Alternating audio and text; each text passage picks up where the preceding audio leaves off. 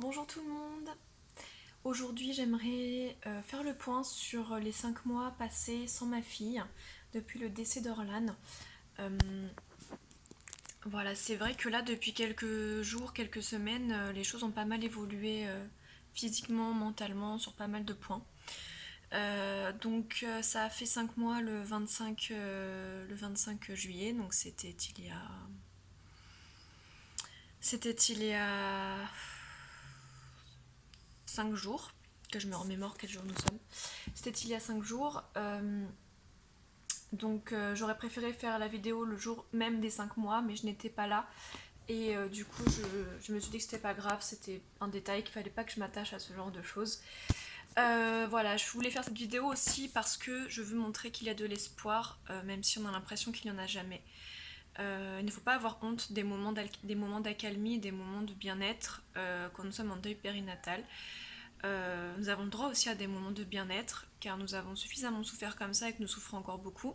Donc il ne faut pas culpabiliser de ça. Et voilà, je voulais vous dire à vous, parange, mamange, papange, que euh, voilà, il y a quand même de l'espoir et de l'optimisme, et il y a quand même des moments sympathiques malgré toute la souffrance qu'on peut avoir. C'est important.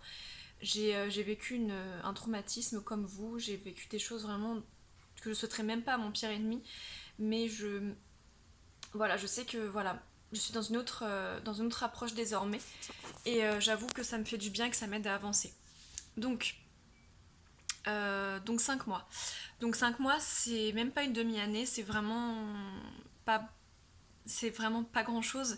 Mais moi, j'ai l'impression que maintenant, ça fait super longtemps que j'étais enceinte et que Orlan nous a quittés. Je pense que c'est une défense du cerveau pour justement essayer de passer à autre chose et essayer de ne pas souffrir.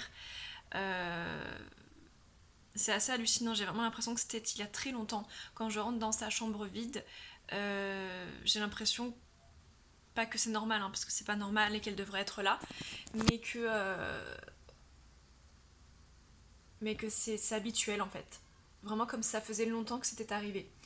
Euh, Là, depuis quelques jours, à peu près une semaine, 2 semaines, entre une semaine et 2 semaines, mon ventre a vraiment bien dégonflé. J'ai encore de la matière, j'ai encore du gras, hein, j'ai encore la peau élastique bien sûr, mais je veux dire, c'est vraiment beaucoup plus gérable qu'avant. Je peux remettre des petits hauts, je peux remettre des pantalons que je n'arrivais plus à fermer. Voilà, donc ça c'est vraiment appréciable, ça m'aide aussi à avancer, de me sentir bien dans mon corps. Euh, euh, c'est pas encore exactement comme avant, mais ça commence à ressembler à quelque chose. Et puis, il y a cette espèce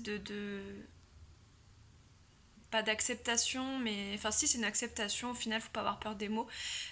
En ce moment je suis vraiment dans l'acceptation du décès de ma fille. Je vais de l'avant, je me dis que voilà, ça arrive malheureusement, et la mort arrive à tous, qu'on soit vieux, qu'on soit jeune, qu'on soit... La mort arrive.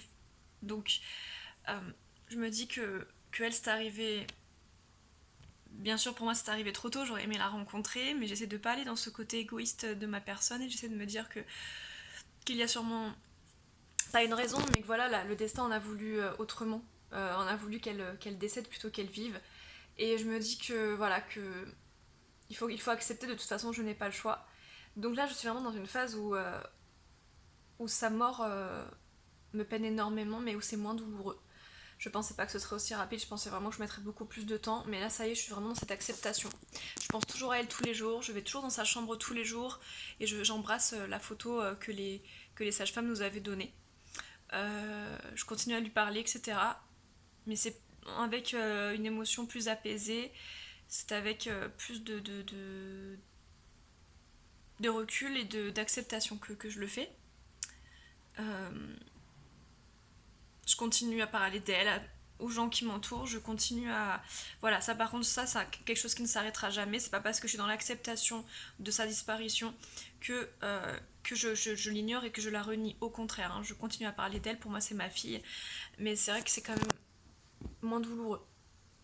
Donc oui, sachez-le, ça peut être moins douloureux. Et peut-être vous allez me prendre pour une folle, peut-être vous allez dire mais elle a perdu sa fille, comment elle peut parler comme ça? Il vaut mieux ça plutôt que de continuer à être dans un gouffre permanent.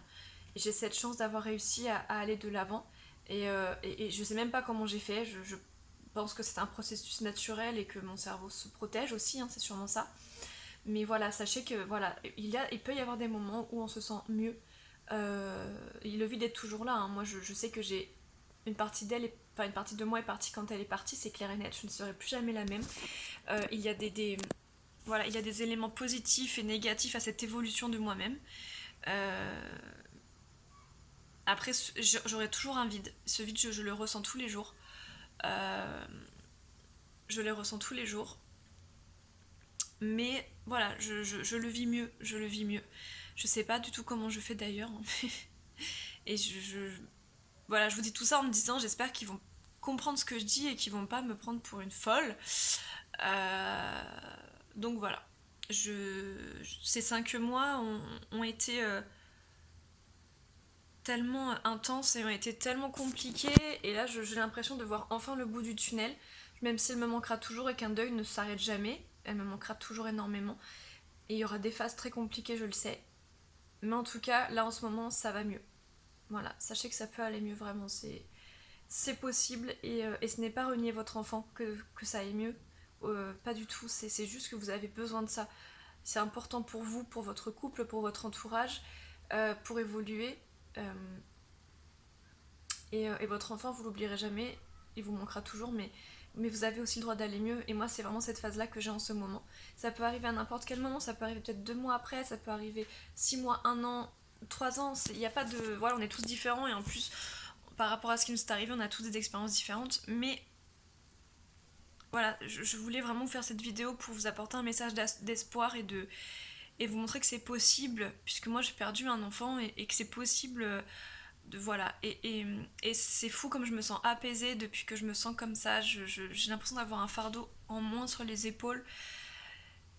Voilà, j'accepte aussi de. Disons que j'accepte de ne plus culpabiliser aussi.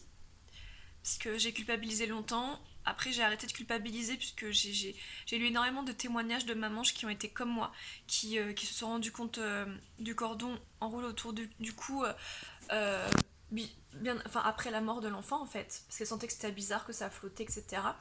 Et comme disaient les médecins, de toute façon, donc ça m'a rassurée parce qu'ils n'ont pas dit qu'à moi, ils l'ont dit à elle aussi. C'est-à-dire que même pendant les échos, on ne peut pas voir le cordon. Euh, et donc que ça se fait souvent, ça se fait très très vite. Donc dans tous les cas, voilà, je me dis que j'aurais rien pu faire, qu'on aurait rien pu faire mon mari et moi, donc ça me soulage. Voilà, donc c'est important aussi pour vous parents de vraiment aller sur des forums, de discuter avec d'autres parents. Moi je sais que d'avoir comparé mon histoire à d'autres histoires, ça a été horrible parce que j'ai vu, enfin vraiment j'ai entendu des histoires vraiment abominables, mais par contre ça m'a permis de me rendre compte que oui en effet j'avais pas à culpabiliser et, euh, et c'est vrai que ça m'a beaucoup aidé parce que je pensais que j'allais culpabiliser toute ma vie. Maintenant je sais que j'y suis pour rien et que c'est juste le destin qui en a voulu autrement. Voilà, voilà, après la seule chose qui me. Parce que là je suis dans une phase positive, ce qui me fait très peur c'est le moment qui devrait arriver dans quelques semaines ou quelques mois, le moment où le gynécologue va nous accorder le droit de retenter de faire un bébé. J'ai peur que ce bien-être que j'ai mis tant de temps à avoir s'en aille, parce que je vais me remettre dans une situation de mal-être et de stress, parce que j'aurai peur pour mon enfant.